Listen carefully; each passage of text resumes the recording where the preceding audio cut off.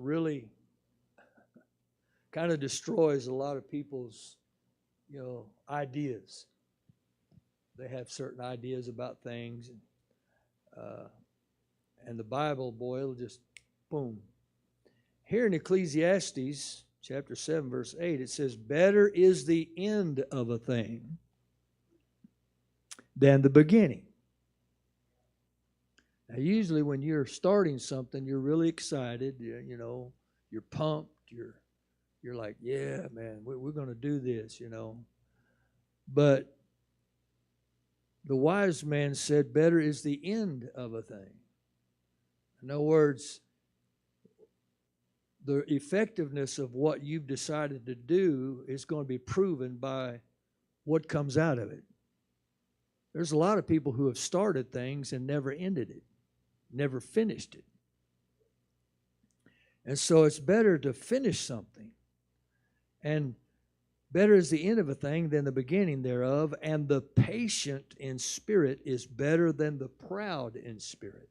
I kind of talked a little bit about that, how that people who were proud in spirit often, even though they were skilled and had great ability, but they lost because of that pride. And a lot of times people who were of lesser skill, like in warfare, because they had the thing called patience, they often won out. And so this is a Living Bible paraphrased. It says this: finishing is better than starting. Patience is better than pride. And so as we read Ecclesiastes, the worldly, pessimistic, and fatalistic tone, I don't know if you've noticed that about Ecclesiastes, it's like everything was negative, it was like Solomon didn't have anything really good to say. He was talking about how vanity, and everything was vanity, and it was empty, and it was all these things, and really we know better that life can be a blessing, that life can be something that's good. But I really believe that this was kind of when Solomon was backsliding, or he was backslidden.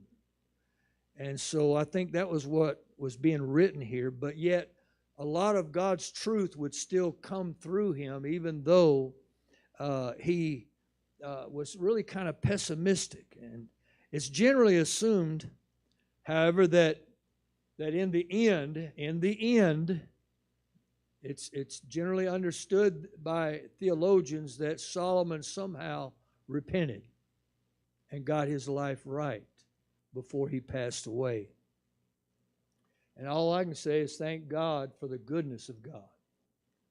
Amen. For the mercy of God.